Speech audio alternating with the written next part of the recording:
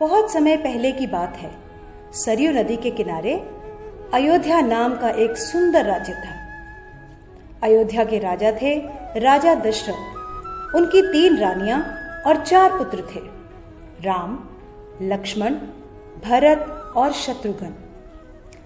जब राजा दशरथ ने राम को राजा बनाने की घोषणा की, तब सभी लोग बहुत खुश हुए, लेकिन रानी कैकेयी खुश नहीं थी। महाराज, क्या आपको याद है आपने मुझे 2 वचन दिए थे? आज उन वचनों को पूरा करने का समय आ गया है। मेरा पुत्र भरत राजा बने और राम 14 वर्ष के वनवास को जाए। राजा दशरथ की आज्ञा पाकर राम और लक्ष्मण सीता के साथ 14 वर्ष के वनवास के लिए चले गए। पंचवटी में सीता माता ने एक सुनहरे रंग के मृग को देखा। रंग सुनहरा, मृग अति सुंदर, सीता मन को भाए, कोई जाए इस मृग को अति शीघ्र ले आए। सीता माता की इस बात को सुनकर श्री राम मृग की खोज में जंगल की ओर निकल गए। बहुत देर हो गई, प्रभु राम अभी तक लौटे नहीं। लक्ष्मण, लक्ष्मण, हे सीते, हे सीते। लक्ष्मण, लक्ष्मण देखो, प्रभु तुम्हें अपनी सहायता के लिए पुकार रहे हैं। हे माते, ये मुझे किसी मायावी शक्ति का कार्य लग रहा है। आप चिंतित ना हो, भैया जल्दी घर लौट आएंगे। नहीं लक्ष्मण, मेरी आज्ञा का पालन करो। जाओ, प्रभु को तुम्हारी सहायता की आवश्यकता है। ठीक है माते, किंतु आप इस लक्ष्मण रेखा को पार नहीं करना।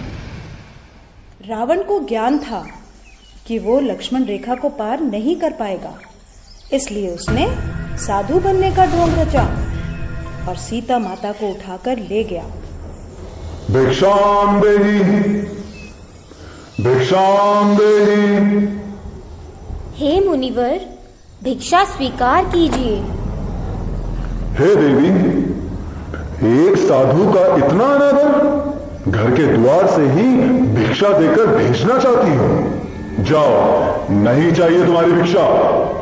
नहीं नहीं मुनिवर, रुकिए, मैं आती हूँ।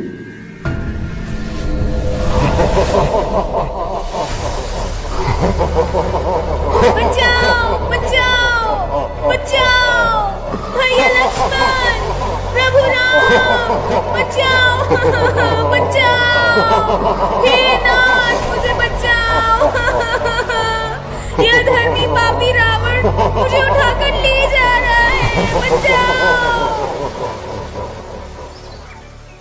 राम और लक्ष्मण सीता माता को कुटिया में ना पाकर बहुत चिंतित हुए और उनकी खोज में निकल गए। श्री राम, लक्ष्मण और हनुमान ने लंका पर चढ़ाई कर दी और राम और रावण का युद्ध हुआ, जिसमें श्री राम विजयी हुए।